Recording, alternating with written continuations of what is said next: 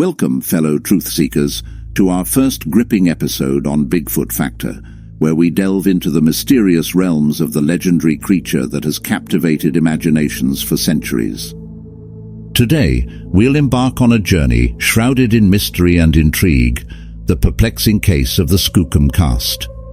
Nestled deep within the untamed wilderness of the Pacific Northwest, this enigmatic discovery has sparked heated debates among skeptics and believers alike.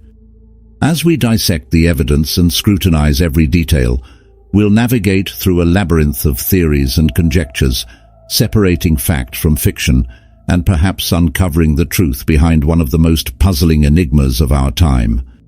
On the 22nd of September 2000, Tom Powell and a team of researchers visited the Skookum Meadows area of the Gifford-Pinchot National Forest in Washington state as part of an Animal X television show expedition led by the Bigfoot Field Researchers Organization. The expedition crew involved notable figures like Matt Moneymaker, Tom Powell, Rick Knoll, Dr. Leroy Fish, as well as the film crew from Animal X, along with several other BFRO members. Various tactics were employed over a span of 6 days. They experimented with different techniques to gather information about Bigfoot, such as playing recorded vocalizations, using thermal cameras, and pheromone lures. Following several days of little success, the team made the decision to carry out one last experiment, a pivotal moment that would then alter the trajectory of Bigfoot enthusiasts and the world's understanding of the creature's existence. On the night of September 21st, the team endeavored to secure physical evidence of the alleged Bigfoot by strategically placing apples near a muddy patch by the road before turning in for the night. The following morning, the team made a groundbreaking discovery, a Sasquatch's sitting body print etched in the ground, displaying finely detailed impressions of various body parts, such as a massive forearm, hip, thigh, heel, ankle, and Achilles tendon. The team hypothesized that the Sasquatch might have reached for the apples by crouching down or sitting on its haunches, hence leaving the distinctive sitting body print on the ground. This theory suggests that the creature would have used its arms to grasp the apples while in this position. To preserve this remarkable evidence, the team surrounded the imprint with boards and poured over 200 pounds of plaster to create a cast. Once solidified, they carefully loaded the cast into the trunk of their car.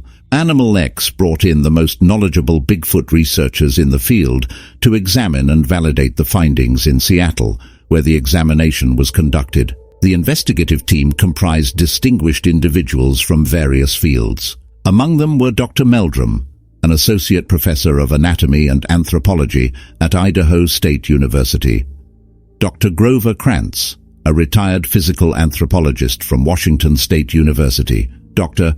John Bindernagel, a Canadian wildlife biologist who obtained his PhD in wildlife biology from the University of Wisconsin-Madison; John Green, a retired Canadian journalist and author; Dr. Henna Fahrenbach, a biomedical research scientist specializing in animal hair analysis; and Dr. Richard Knoll, an aerospace engineer.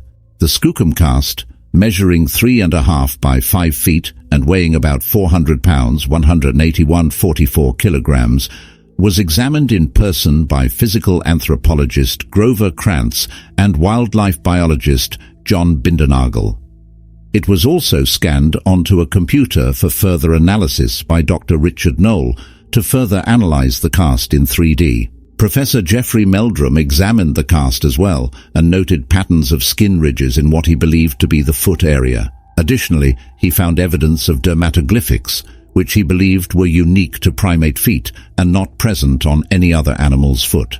Biomedical scientist Henna Fahrenbach, based in Beaverton, Oregon, investigated hair samples taken from the Skookum cast. From his analysis, Fahrenbach identified one hair displaying primate features, suggesting it could be from a Sasquatch. In a separate examination, Jeff Meldrum focused on the heel, ankle, and Achilles tendon impressions on the Skookum cast. Drawing from his extensive research on Sasquatch footprints, Meldrum created models resembling Sasquatch feet. Comparing these models to the impressions on the cast, Meldrum found significant similarities, supporting the idea that they were made by a Sasquatch. Although extensive research has been conducted on the cast, numerous other specialists have begun to offer their insights on the matter. Following Mark Hume's article in the National Post of Canada on March 3, 2001, the interpretation of the cast took a significant turn. Hume identified clear tracks of an elk and described imprints aligning perfectly with the legs of the animal. He suggested that the cast likely represented the hindquarters of an elk, supported by the analysis of hair found at the site, which was determined to be from an elk. This revelation challenged previous beliefs, introducing the possibility that the cast was not evidence of Bigfoot, but rather of an elk's presence in the area. Specialists like Dr. Anton Wroblewski, holding a PhD in geology specializing in ichnology, along with a master's degree in sedimentary geology and paleontology, have meticulously analyzed the evidence and reached a conclusion that strongly suggests an elk's resting posture. Upon examining a replica of the Skookum cast in July 2006, Dr. Wroblewski observed that what was initially interpreted as a hominid heel more closely resembled that of an elk. He remarked that the Bigfoot researchers seemed to have seen what they wanted to see. Wroblewski pointed out several key features that resembled elk anatomy, including the contours of the hind legs, displaying the thigh, fibula, tibia, metatarsals, and hooves. In a letter dated May 31, 2006, Canadian Bigfoot author John Green expressed his perspective and insights regarding the elk claims by Dr. Wroblewski. He said, "Dr. Wroblewski's proposed explanation for the Skookum imprint is certainly worth further checking, but some of his and your comments are miles off base. Right from the start, there were plenty of consultations with people who should have been familiar with elk imprints. I took one of the casts of the heel print to the Vancouver game farm myself. They have lots of elk and lots of mud, and while I have no memory of the specific conversation, they certainly did not suggest that it could be any part of an elk. Dr. Leroy Fish, one of the finders of the Skookum impression, is dead, but I am sure that in his career as a wildlife biologist in Oregon, he must have had ample familiarity with elk imprints. I expect that because of the elk hoof prints, trying to fit the body imprint to an elk would have been the first thing on his mind when they tried to puzzle out what they had found, and they of course did see any approaching and leaving prints that they were outside the area that was cast.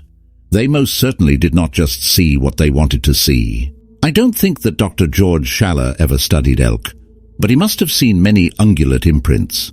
Both Dr. Jeff Meldrum and Dr. Darius Swindler are primate anatomists, fully qualified to determine whether something is a primate heel print. I expect that everyone who sees the cast is thinking about elk to begin with, but in my experience, other than Dr. Wroblewski, they have always quickly ruled that out. Could he be the one who is seeing what he wanted to see? I have a copy of the original imprint at home, and I can't fit the elk in his photo to it. Maybe if that elk were lifted out by helicopter without having to stand up. And there are other parts to the imprint that he suggests no explanation for. However, I have no expertise whatever. On June 5, 2006, Ron Schaffner, co-founder of the BFRO, Bigfoot Field Researchers Organization, from Ohio, made the following observation. "Great job. I'm thrilled that there are still some researchers who ask tough questions. I applaud you for the Skookum Hokum piece. I was still a member of that group when the Skookum cast scenario played out. The critical thinkers of the group cautioned the expedition team that the imprint had striking similarities to that of an elk wallowing in the mud. It was obvious to us that the imprints showed hind legs, thighs and hooves of an ungulate. We also questioned the lack of any alleged Sasquatch tracks in the vicinity. Furthermore, we questioned the theory they suggested about an animal lying down in a mud wallow and reaching for fruit. That is wasted motion. Why not just reach down and pick it up?" On the same day, Tom Powell said the following. "Forgive my impatience with this matter, but we've been over this very ground numerous times in the past. I remember well that in 2000 we discussed at length the need to resolve the elk possibility as soon as the impression was found and the cast was made. People who could speak with authority on that subject were sought out and assembled, and they studied the cast and offered their considered opinions. John Green has cited the individuals who were assembled. One name John did not mention was a zoologist who studied gorillas in Africa, whose name is Owen Caddy. Owen was the most guarded in his view, and he held out the possibility that is an elk impression. Yet consensus among the assembled experts was that the hair was wrong, too long, too fine to be elk. Certain parts of the impression did not match elk anatomy: heel with Achilles tendon showing, finger marks, forearm, and the buttocks. Owen was in agreement with these points. Hair was obtained from the cast and turned over to Dr. Henner Fahrenbach, who called one single hair Sasquatch versus 16 elk hairs. Other lines of evidence were detailed at the site, though they fall into the category of anecdotal. I appreciate Daniel's willingness to mail around his newsletter. I just wish he would focus on something more substantial than bios of Bigfoot personalities and rehashes of old debunking scenarios. Yawn. We all know that the Skookum cast is not, and never will be, irrefutable evidence, but the whole elk thing has been thoroughly explored in the past. Been there, done that. Some new guy with a PhD, Dr. Anton Wroblewski, wants to say he knows better, but he hasn't seen the cast. Fine. Is this news? There is so much more to the Bigfoot phenomenon that is worthy of the ink. Dr. Henner Fahrenbach, a retired marine biologist formerly associated with the Oregon Primate Research Center, also shared insights and comments. I don't see anything in the enclosed.pdf file about the hair other than that scads of Bigfoot hair should have been left in the imprint, something that I would seriously doubt, since primates do not lose their hair in big batches like elk do, but one hair at a time. As I remember it, there was a single hair that came from the cast that corresponded to what I have as reference Bigfoot hair. In any case like that, a single hair is a very thin thread to hang anything by, but it is better than nothing. I personally would prefer evidence that does not require interpretation, but is immediately and unambiguously accessible to a lay observer. But we cannot be choosy in this field and have to make the best out of what we find. I feel that the Bigfoot field in general has enough evidence on hand that it can do very easily without any one disputed item, even the PG film, and still hold its own. So I never get very excited about any one of these disputed items.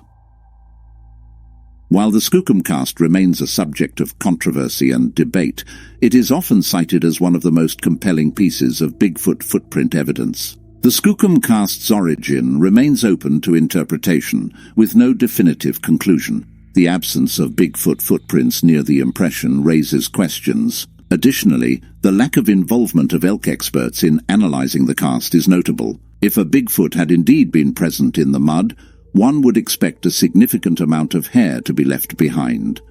However, if it were indeed an elk, one might question why there were no accompanying elk footprints present in the cast, as they would have surely been visible after the creature had risen from its resting position. After years of debate over what creature left its imprint in the mud on that pivotal day of September 22nd, opinions remain fiercely divided.